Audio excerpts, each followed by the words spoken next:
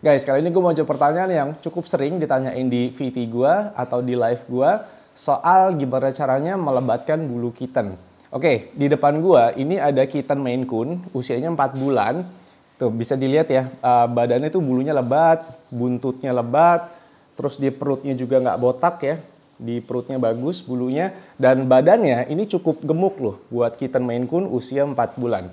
Oke, jadi kalau buat bulu kitten, gue tuh nggak rekomen pakai vitamin-vitamin bulu gitu loh. Cukup banyak ya yang ngejual vitamin bulu, yang bagusin bulu, lebatin bulu buat kitten. Gue nggak rekomen, kenapa? Karena kitten ini, dia tuh pencernaan itu masih sensitif banget ya. Untuk kitten, kita lebih fokus pertama tuh di kualitas protein buat pertumbuhannya. Terus kita jaga dulu nih pencernaannya dengan kita rutin kasih probiotik, kasih prebiotik, kasih klorofil, atau apapun yang ada kaitannya dengan pencernaan. Dan kalau untuk bulu, sebenarnya itu cukup dari dry food yang fatnya tinggi ya, yang fatnya minimal 20%. Karena protein yang ada di dry food kitten itu biasanya kan tinggi. Nah, dari situ aja itu harusnya udah bagus banget ya buat bulunya kitten.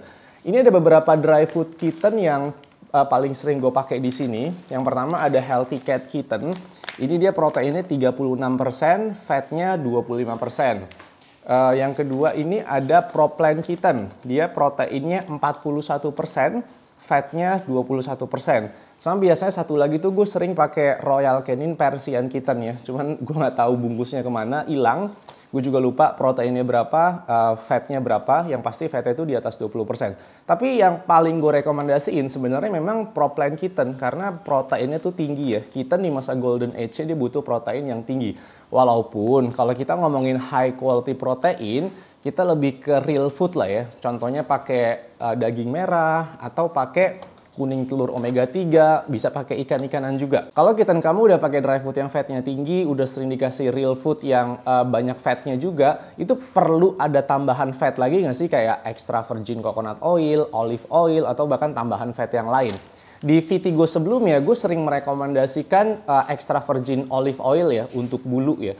Karena extra virgin olive oil ini dia mengandung omega 6 fatty acid yang bagus untuk bulu dan tidak menyebabkan inflamasi. Cuman kalau buat kitten, gue nggak terlalu rekomensi ya. Kalau buat kucing yang udah masuk birahi pertama, birahi kedua, atau bahkan birahi ketiga, itu gue baru rekomen. Karena itu memang udah dibutuhin buat ngurangin rontoknya karena birahi. Tapi kalau kamu mau tetap dikasih tambahan fat ya, asalkan pencernaannya kuat. Ingat, dia udah pakai dry food yang fatnya tinggi, plus dikasih real food yang tinggi fat juga ya. Selama pencernaannya kuat, kamu kasih tambahan fat, satu-satunya tambahan fat yang gue rekomendasikan buat kitten itu ghee ya.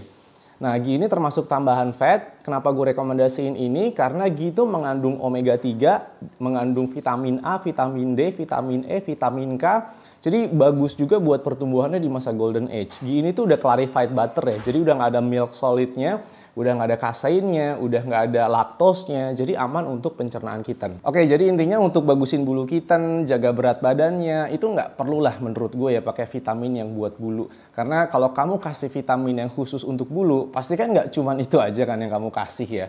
Pasti ada yang namanya vitamin imunitas, pasti kamu kasih vitamin buat pencernaan juga. Kayaknya terlalu banyak yang kamu kasih dalam satu hari gitu buat kitten yang pencernaannya itu masih kita bangun gitu. Ini aja dia tuh jarang banget gue kasih tambahan fat kayak ghee ya. Paling gue kasih ghee ini seminggu 2 kali lah, nggak setiap hari gitu. Untuk kitten ini dia cukup rutin anti parasit, dry food fat tinggi, sama real food yang tinggi fat. Dari situ aja nih bisa kamu lihat kan bulu dan berat badan itu oke banget.